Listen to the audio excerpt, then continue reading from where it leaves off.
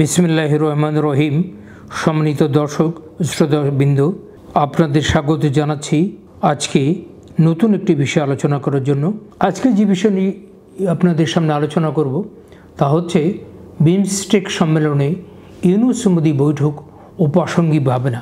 এই সংক্রান্ত বিষয়ে গত 2-3 দিন ধরেই নানান ধরনের সোশ্যাল মিডিয়া এবং গণমাধ্যমে বিভিন্ন ধরনের খবর প্রকাশিত হচ্ছে।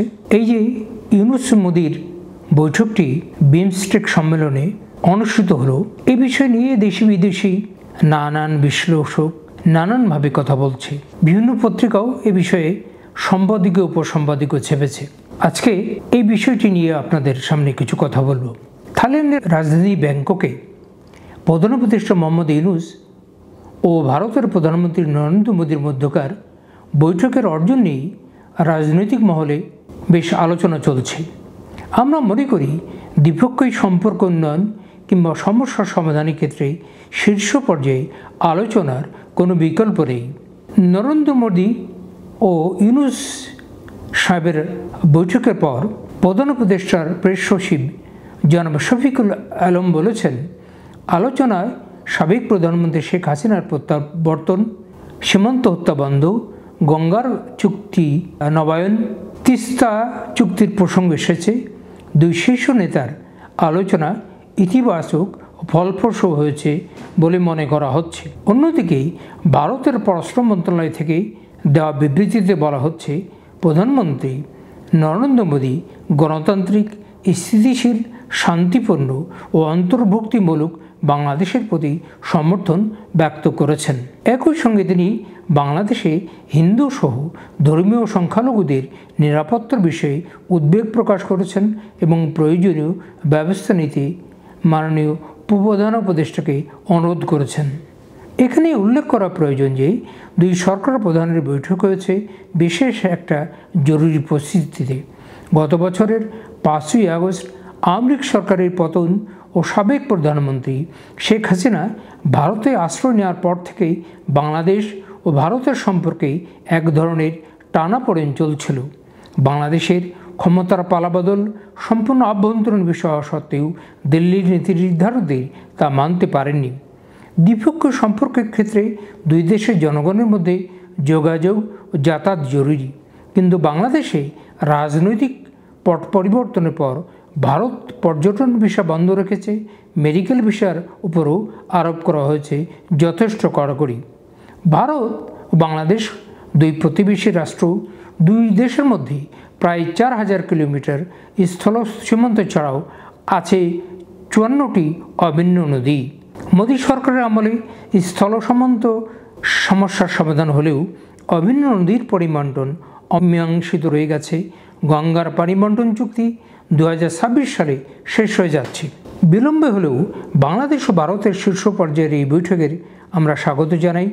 সেই সঙ্গে এই কথাও মনে করি যে দ্বিপক্ষীয় সম্পর্কে যে টানাপোড়েন চলছে তা নিরসনে একটি বা দুইটি বৈঠকই যথেষ্ট নয়, সর্বস্তরে আলোচনা অব্যাহত রাখতে হবে।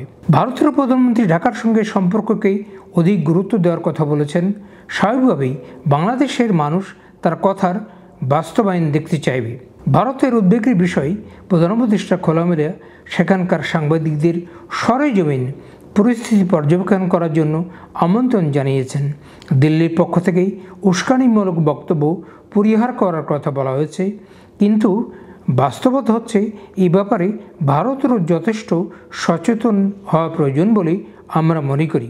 তাছাড়া ভারতে বসে বিগত সরকারের প্রধানমন্ত্রী শেখ হাসিনা যেসব উস্কানিমূলক বক্তব্য দিয়েছেন তা যে এখানে অস্থিতিশীল পরিস্থিতি তৈরি করছে, সেটাও ভারতের নীতি নির্ধারকদের আমলে নিতে হবে। দুই দেশের রাজনৈতিক ও কূটনৈতিক মহল ইউনূস মোদি বৈঠককে ইতিবাচক দৃষ্টিতে নিয়েছে। বিএনপির মহাসচিব মির্জা ফখরুল ইসলাম আলমগীর দুই শীর্ষ নেতার বৈঠকের মধ্যে আশার আলো দেখার কথা বলেছেন। ভারতের কূটনৈতিক মহল মনে করে বাংলাদেশ যাতে চীন ও পাকিস্তানের প্রতি আরও ঝুঁকে না যায়, সেজন্য দিল্লির কর্তব্য হবে ঢাকাকে আস্থায় নেওয়া। সম্মানিত সুধীবৃন্দ, আমরা মনে করি সমতা, ভ্রাতৃত্ববোধ ও ন্যায্যতার ভিত্তিতেই দ্বিপক্ষীয় সম্পর্ককে এগিয়ে নিতে হবে। কেননা দেশের আভ্যন্তরীণ রাজনীতিতে কোনোভাবেই দ্বিপক্ষীয় সম্পর্কের মধ্যে টেনে আনা সমীচীন হবে না। দেরিতে হলেও দুই দেশের সরকার প্রধান মুখোমুখি কথা বলেছেন, নিজেদের উদ্বেগের প্রত্যাশার কথা জানিয়েছেন।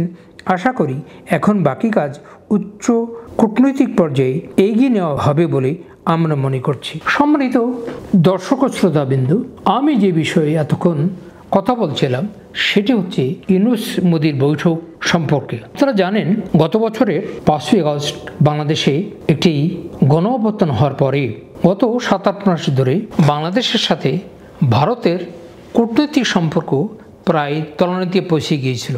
দুই দেশের মধ্যকার বাণিজ্য সম্পর্ক, আন্তর্জাতিক সম্পর্ক, দুই দেশের ভিতরে যাতায়াত প্রভৃতি বিষয়ে একেবারে নাজুক অবস্থার ভিতরে পৌঁছে গিয়েছিল। ভারত আমাদের দেশের একটি প্রতিবেশী রাষ্ট্র, বাংলাদেশও ভারতের প্রতিবেশী রাষ্ট্র। বাংলাদেশের সাথে ভারতের দীর্ঘস্থল সীমান্ত রয়েছে।